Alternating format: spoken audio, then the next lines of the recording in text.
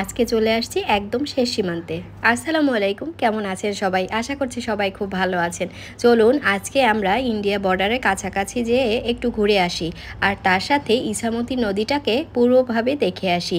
ইছামতি নদীর এই পারের অংশটা আর ওই পারের অংশটা ঠিক কীরকম আমরা আজকের ভিডিওতে দেখতে পাবো। প্রকৃতি কখনো আমাদেরকে দূরে ঠেলে দেয় না, তার সৌন্দর্য আর রূপ দিয়ে আমাদেরকে বরং কাছে টেনে নেয়। সীমান্তবর্তী এলাকায় আমার কাছে একটু ভয়ই লাগে, কারণ এখানকার যে গার্ডরা থাকে তাদের দেখলে আমার একটু ভয় ভয় লাগে। তো এখন সিএনজি থেকে নেমে সোজা একদম নদীর কাছাকাছি চলে আসছি। আর এই নদীটা হচ্ছে ইছামতি নদী। আপনারা তো সবাই শুনেছেন এই নদীর নামটা, বইতেও পড়েছেন। তো আমি আজকে সরাসরি আপনাদেরকে দেখিয়ে দিচ্ছি এবং আমিও দেখে নিচ্ছি।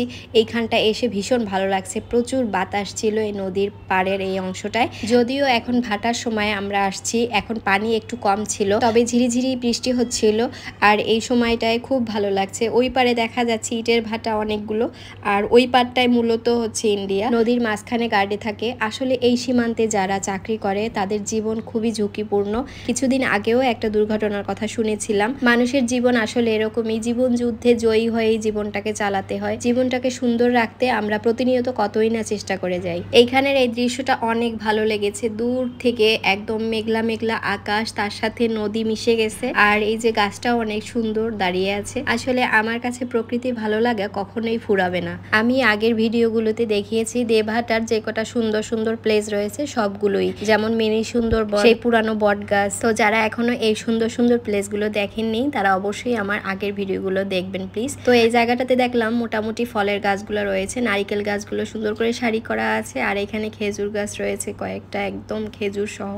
এখানে লম্বা একটা সুতা দিয়ে এই বোর্ডটা বাঁধা রয়েছে। বোর্ডের গায়ে লেখা রয়েছে বর্ডার গার্ড বাংলাদেশ। হয় এই বোর্ডটা দিয়েই এপার ওপার করা হয়। আসলে এই জায়গাটা সম্পর্কে আমি অতটা ভালো কিছু জানি না, তবে এই জায়গাটার দৃশ্যগুলো আমি একটু দেখিয়ে দিচ্ছি। আশেপাশে কয়েকটা বড় বড় তাল গাছ দাঁড়িয়ে আছে, আর এখানে দড়িটা বড় একটা সেই মরা গাছের সাথে বাঁধা, খুব শক্ত করে দড়িটা বেঁধে রেখে দিয়েছে। এর পাশেই ছোট্ট একটা আম গাছে দুটো আম ঝুলে আছে।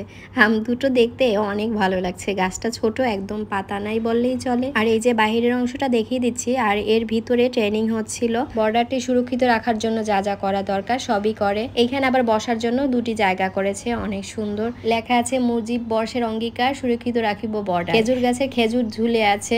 এই খেজুরগুলো কে কিভাবে খান অবশ্যই বলবেন। আর এইখানে সবাই হাঁড়ি নিয়ে মাছ নিয়ে যাচ্ছে, কারণ এই জায়গাটা না ঘেরের পরিমাণটা একটু বেশি, তাই মাছগুলো বেশি ভালো পাওয়া যায় এখানে।